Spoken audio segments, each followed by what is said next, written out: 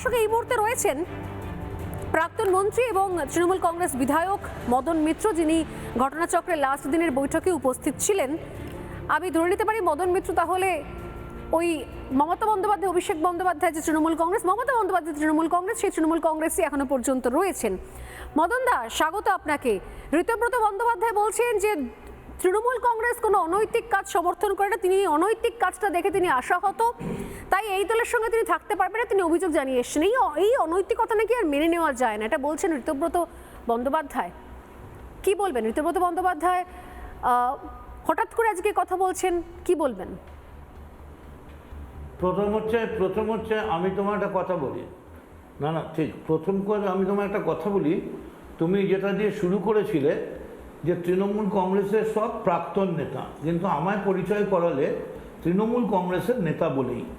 তার মানে তৃণমূল কংগ্রেস ছিল, আছে, থাকবে। আমার খালি সন্দীপন, ঋতব্রত বা আরও সহকর্মী বন্ধু যারা এমএলএ, তাদের কাছে আমার একটাই বক্তব্য যে আপনারা যে ওই অনৈতিক কাজকে সমর্থন করছেন না, এই ব্যাপারে আপনারা একটা চিঠি দিয়ে সকলকে জানিয়ে আমরা সবাই মিলে দলকে বলতে পারতাম আমরা একটা আলোচনা চাই, আমরা একটা মতামত নিতে চাই।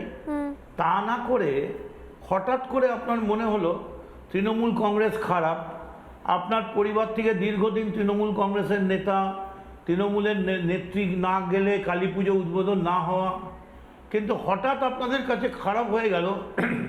আমি শুধু এইটুকুনি বলবো, আপনি যদি বিশুদ্ধ গঙ্গা জল হন, তাহলে আপনি আর ঋতব্রত যারা চলে গেছেন অনৈতিক বলে, তারা গায়ের জার্সিটা খুলে, তৃণমূলের জার্সিটা খুলে আরেকবার ইলেকশন লড়ে আসুন। যদি জিতে আসেন আমি পদত্যাগ করব।